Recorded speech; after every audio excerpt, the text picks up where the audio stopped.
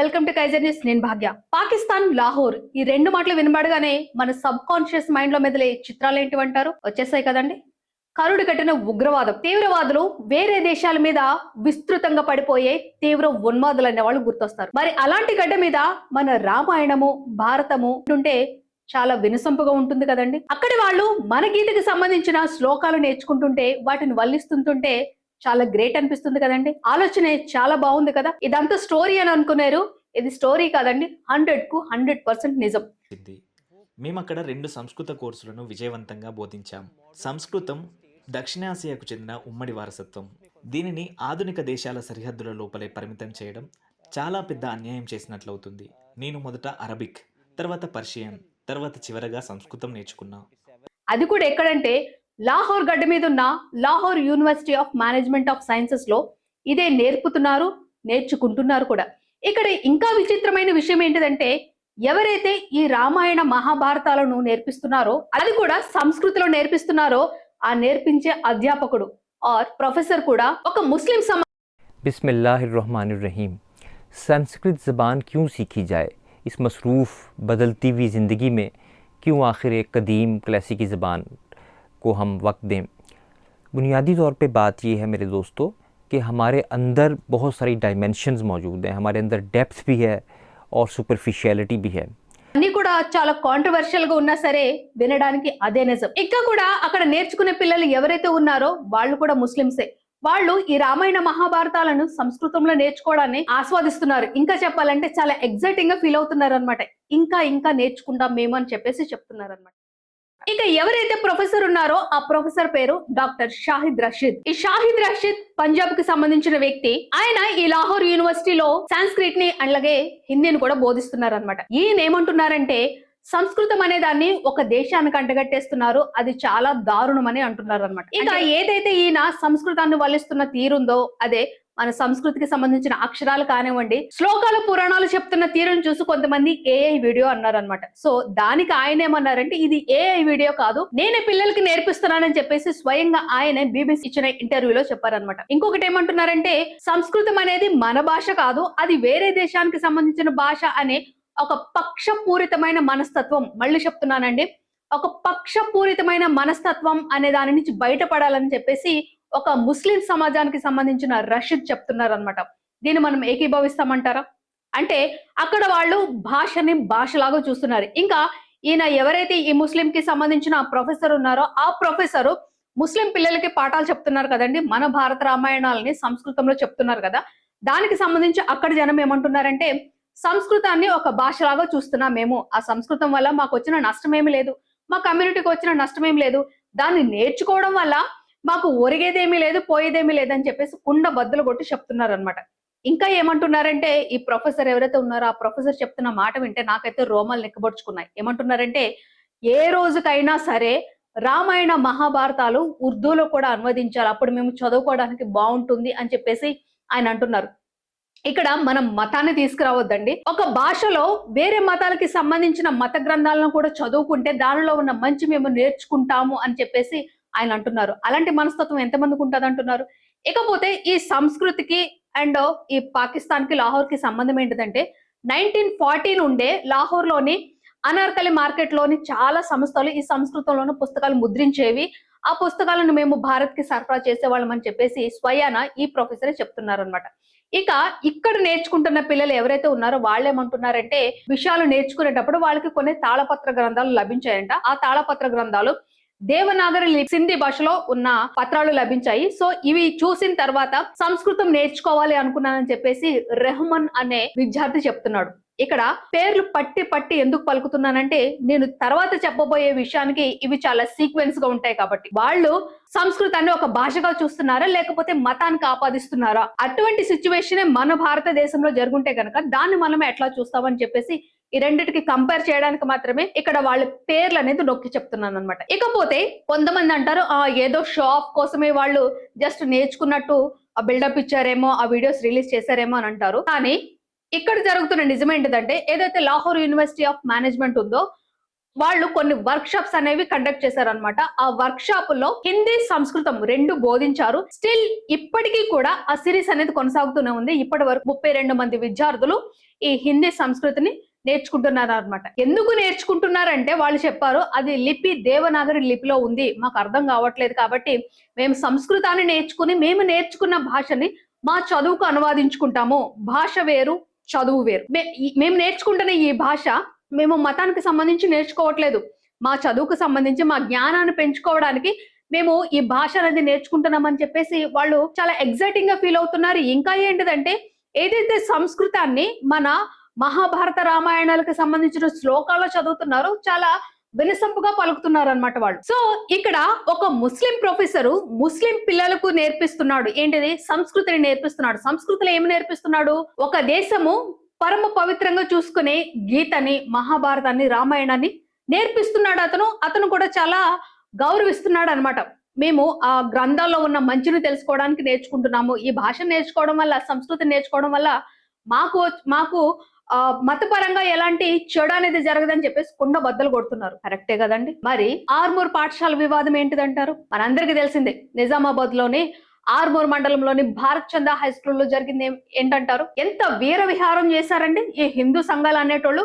ఆ వీడియోస్ చూస్తుంటే ఏంటంటే కింద పడి దొర్లేస్తున్నాడు అనమాట. పుస్తకాలను ఇష్టం వచ్చినట్టు విసిరేస్తున్నాడు. అంతమంది ముందు పోలీసులు ఉండగానే ఆ టీచర్ ని కొట్టాడు అనమాట. తిరిగి అదే టీచర్ వాడిని కొడితే తలకాయ ఎక్కడ పెట్టుకుంటాడు వాడు? ఇక్కడ నిజాలు మనం ఏమి తెలుసుకోవద్దు. ఆ స్కూల్ మీద ఉన్న ఆరోపణ ఏంటిది? కల్మా నేర్పించేస్తున్నారు, ఉర్దూ పాటలు నేర్పించేస్తున్నారు, ఉర్దూ మాటలు అనేవాళ్ళు మాట్లాడేస్తున్నారంట 1 నుంచి 5వ తరగతి పిల్లలు. కాబట్టి ఆ స్కూల్ పేరెంట్స్ ఎవరైతే ఉన్నారో వాళ్ళు హిందూ సంఘాల దగ్గరికి వెళ్లి కంప్లైంట్ చేసామంటున్నారు. ఇక్కడ నాకు ఒక డౌట్ అండి. మీ పిల్లలకి ఉర్దూ నేర్పించడం మీకు ఇష్టం లేదు, అది డైరెక్ట్ గా వచ్చి స్కూల్ వాళ్ళతో చెప్తే స్కూల్ వాళ్ళు వినలేదండి? వినకపోతే మీరు హిందూ సంఘాల దగ్గరికి వెళ్ళారా? లేకపోతే ముందుగానే మీరు హిందూ సంఘాల దగ్గరికి వెళ్ళిపోయారా? పేరెంట్స్ కూడా ఆలోచించరానండి. ఇక్కడ ఉర్దూని ఒక భాష లాగా తీసుకున్నాం మేము. ఎవరైతే 20% కంటే ఎక్కువ ముస్లిం పిల్లలు ఉన్నారో వాళ్ళ పేరెంట్స్ వచ్చి అడిగితేనే మేము అక్షరమాల నేర్పిస్తున్నాము. మరి ఈ ఎగేసుకుని వచ్చేసిన ఈ హిందూ సంఘాలకు అక్షరమాల అంటే తెలుసో తెలీదో మరి ఏడ్సి సావలేదనే నా ఉద్దేశం అనమాట. ఎందుకంటే పుస్తకాలను అలా విసిరు కొట్టాడంటే మహానుభావుడు మరి ఎంతవరకు చదువుకున్నాడో అర్థం కావట్లేదు అనమాట. అక్షరమాల అంటే మనకు తెలుగులో ఆ నుంచి బండిర వరకు ఏదైతే ఉన్నాయో అవి అక్షరమాల. అది అందరికీ తెలుసు. చదువుకున్న వాళ్ళందరికీ తెలుసు. మినిమం జ్ఞానం ఉన్న వాళ్ళందరికీ తెలుసు. చదువు మీద రెస్పెక్ట్ ఉన్న వాళ్ళకు తెలుసు అనమాట. మేము అక్షరమాల మాత్రమే నేర్పిస్తున్నాము, అది కూడా కొంతమంది ముస్లిం పేరెంట్స్ వచ్చి అడిగితే నేర్పిస్తున్నాము, అది కాదు అని అన్నారు. దాని తర్వాత మేము ఆపేసామని చెప్పేసి ఒక స్టేట్మెంట్ కూడా ఇచ్చారు. అయినా సరే స్కూల్ దగ్గరికి వెళ్ళిపోయి రచ్చ చేశారు అనమాట. ఓకే, ఇంకా ఏమంటున్నారంటే కల్మా నేర్పించేస్తున్నారు అని అన్నారు. ఇంకా కొన్ని మీడియా ఛానల్స్ ఆ వార్తలు చూసాను ఏంటంటే పిల్లలు ఏకంగా ఉర్దూ పాటలు పాడేస్తున్నారంట, ఆ కల్మా చదివేస్తున్నారంట. ఇంకా ఏంటిదంటే ఇంట్లో కూడా ఉర్దూలోనే మాట్లాడుతున్నారంట. అరే, ఉర్దూ లాంగ్వేజ్ ఇంత ఈజీనా? నాకు తెలియక నేర్చుకోలేదు నేను ఇంతవరకు. అది నేర్చుకోవడానికి ట్రై చేసిన అక్షరాలు బ్రెయిన్ లో గుర్తులేక ఆ మాటలు 1కి 100 సార్లు రిపీట్ చేసినా సరే నా బుర్రకు ఎక్కలేదు అనమాట. అందుకని నేను ఉర్దూను వదిలేశాను. ఎందుకంటే ఇక్కడ ఉర్దూ అనేది ఒక మతానికి సంబంధించిందని కాదు నేను వదిలేసింది, అది నా బుర్రకు ఎక్కలేదు. అంత టఫ్ గా అనిపించింది నాకు ఉర్దూ లాంగ్వేజ్ అనేది. కాకపోతే ఇక్కడ వీళ్ళు ఏం చెప్తున్నారంటే పిల్లలకి ఉర్దూ పాటలు పాడేస్తున్నారంట, కల్మా చదివేస్తున్నారంట, ఉర్దూలోనే మాట్లాడుతున్నారంట ఇంట్లోను. అందుకనే పేరెంట్స్ వచ్చేసి కంప్లైంట్స్ ఇచ్చేసారంట ఆ స్కూల్లో. అసలు చదివేదానికి చెప్పేదానికి కూడా మినిమం కామన్ సెన్స్ వద్దు మనకి. 1 సెంటీమీటర్ చదివిస్తే కిలోమీటర్ దూసుకెళ్ళిపోయారని చెప్పేసి ఏదో ఒక డైలాగ్ ఉంటుంది అనమాట. ఆ రేంజ్ లో ఫాలో అయిపోతారు అనమాట. ఇక్కడ వీర విహారం చూస్తే ఈ హిందూ సంఘాల వాళ్ళది 4 పోలీసులు పట్టుకొని ఏదో చిన్నపిల్లోడు మారం చేసినట్టు కింద పడి దొరలేస్తున్నాడు అనమాట. అంత అసలు ఎంత దాన్ని ఒక మత విద్రోహ శక్తులాగా క్రియేట్ చేశారంటే అంత క్రియేట్ చేసేసారనమాట. ఇక్కడ ఉర్దూని మీరు ఒక లిపి లాగా, ఒక లాంగ్వేజ్ లాగా ఎందుకు చూడలేకపోతున్నారు? పక్క దేశమైన అస్సలు సిస్సలైన ముస్లిమ్స్ ఉన్న పాకిస్తాన్ దేశంలోనే, అది కూడా లాహోర్ లోనే ఒక యూనివర్సిటీలో, స్కూల్ కూడా కాదండి, అది ఒక యూనివర్సిటీలోనే వాడు సంస్కృతాన్ని నేర్చుకుంటున్నాడు. అది కూడా మన భారత రామాయణ గీతల్ని నేర్చుకుంటున్నాడు. మన సంస్కృత భాషని వాడక్కడ అంత హై లెవెల్లో అంత గౌరవంగా చూస్తున్నప్పుడు మీకు ఇక్కడ పోయే కాలమా? నిజంగా ఆ స్కూల్లో గనక మతపరమైన అంశాలు ఏమైనా బోధిస్తే అప్పుడు మీరు దానికి అడిగే విధానం కూడా ఉంటుంది. అంతేగాని ఇష్టం వచ్చినట్టే వెళ్ళిపోయి కొట్టేస్తావారా నువ్వు? ఇక్కడ ఇంకొకటి ఏమన్నారంటే అది ఇంగ్లీష్ మీడియం స్కూల్ అండి, భారత్ చంద్ర స్కూల్ ఇంగ్లీష్ మీడియం. ఇక్కడ కొంతమందికి కోపం రావచ్చు. నాకున్న డౌట్ ని క్లారిఫై చేసుకోవడానికి అడుగుతున్నాను అనమాట. ఇంగ్లీష్ కూడా మన లాంగ్వేజ్ కాదనుకుంటా కదండి, మనది తెలుగు కదా, ఇంగ్లీష్ మన లాంగ్వేజ్ కాదు కదా. ఎందుకంటే కొంతమంది పిల్ల వాళ్ళందరూ కూడా కామెంట్స్ పెడతారనమాట. బ్రిటిష్ వాడికి సంబంధించిన వాళ్ళు ఎవరు, ఈ కమ్యూనిటీ, ఈ మతానికి సంబంధించిన వాళ్ళు. సో వాడే కదా ఇంగ్లీష్ తీసుకొచ్చింది. అది మనకు పట్టదనమాట, మనకు అంటదా బురద. ఇన్ కేసు ఆ మరక మనకు అంటేనే సరే, ఆ మరక మంచిది అయిపోతుంది మనకి. ఎందుకంటే మన పిల్లోడు కనుక ఇంటికి వచ్చి ఇంగ్లీష్ లో టకటక మాట్లాడుతుంటే, అబ్బా నా కొడుకు ఎంత బాగా మాట్లాడుతున్నాడని ఎంత మురిసిపోతారండి మీరు. కానీ ఇంగ్లీష్ మంది కాదు కదా, మరి ఎందుకు ఇంగ్లీష్ మీడియం స్కూల్లో జాయిన్ చేస్తున్నారు? ఈవెన్ గవర్నమెంట్ స్కూల్స్ లో కూడా ఇంగ్లీష్ మీడియం ఎందుకు పెట్టారు? వాడికి మినిమం జ్ఞానం అనేది ఉండాలనే కదా. వాడు బయట దేశానికి వెళ్ళినా లేకపోతే పక్క రాష్ట్రాలకు ఎక్కడికైనా వెళ్ళినా ఇంగ్లీష్ అనేది ఒక యూనివర్సల్ లాంగ్వేజ్ ఉంటుంది. మాక్సిమం ప్రతి వాడికి కూడా ఇంగ్లీష్ కాస్త కోస్తో తెలిసి ఉంటుంది. కాబట్టి ఇంగ్లీష్ మీడియంలో చదువుకుంటే వాడు ఎక్కడికి వెళ్ళినా బతకగలడు అనే ఒక చిన్న కాన్సెప్ట్ తోటేనే కదా ఇంగ్లీష్ మీడియం చదివిస్తున్నాం మనము. అలాగే ఈ ఉర్దూలో అక్షరమాల నేర్చుకుంటే పోయేదేముందండి? అక్కడ వాడు ఏదైతే దేవనాగరి లిపిలో ఉన్న ఆ తాళప్రత గ్రంథాలు చదవడానికి మన సంస్కృతిని తీసుకుని వాడు నేర్చుకుంటున్నాడే. పెద్దోళ్ళు వాళ్ళు, చిన్నోళ్ళు కూడా కాదు, నేర్చుకుంటున్నాడు కదా. మరి వాడికి లేని బాధ, నొప్పి ఒక అక్షరమాల, ఉర్దూ అక్షరమాల నేర్పిస్తుంటే మీకు ఎందుకు వచ్చేస్తుంది? మనకి భాష ఇంపార్టెంట్, అక్కడ మతం సమస్య కాదు, భాష ఇంపార్టెంట్. అది మరి ఇదే ఉర్దూ అక్షరాలను నేర్పిస్తుంటే మీకు ఎందుకు అంత బాధ వచ్చేసింది ఏంటి? ఇక ఈ ఉర్దూ అనేది మన భారతదేశంలో పుట్టిన లాంగ్వేజే, పక్కోడది ఎవరిదో కాదు. ఇక ఏంటిది, ఈ లిపి ఏదైతే ఉందో, ఉర్దూ లిపి ఉందో అది ఖురాన్ లో ఉంటుంది కాబట్టి ఇది కంప్లీట్ గా ముస్లిం కి సంబంధించింది అని చెప్పేసి ఒక స్టాంప్ వేసేసారనమాట. అది జస్ట్ లిపి మాత్రమే, లాంగ్వేజ్ మాత్రమే. మరి లాంగ్వేజ్ ని మీరు ఎందుకు మతానికి అంటగట్టేస్తున్నారు? సింపుల్ గా ఒక క్వశ్చన్ మాట్లాడుకుందాం. సింపుల్ గా మనం ఒక విషయం మాట్లాడుకుందాం అండి. మనము వాట్సాప్ లోని వీటిలోని చాటింగ్ చేసుకుంటాం కదండి, చాటింగ్ చేసుకుంటాం కదా. తెలుగునే ఇంగ్లీష్ ఫోనెటిక్స్ లో రాస్తాం మనం. అవును, వచ్చారా, లేదా, వీటిని ఇంగ్లీష్ లెటర్స్ లో రాస్తాం కదండి. మరి అంత మాత్రాన తెలుగు ఇంగ్లీష్ అయిపోతుందంటారా? చెప్పండి, తెలుగు ఇంగ్లీష్ అయిపోతుందా వాట్సాప్ లో మనం చేసిన మెసేజెస్ కి?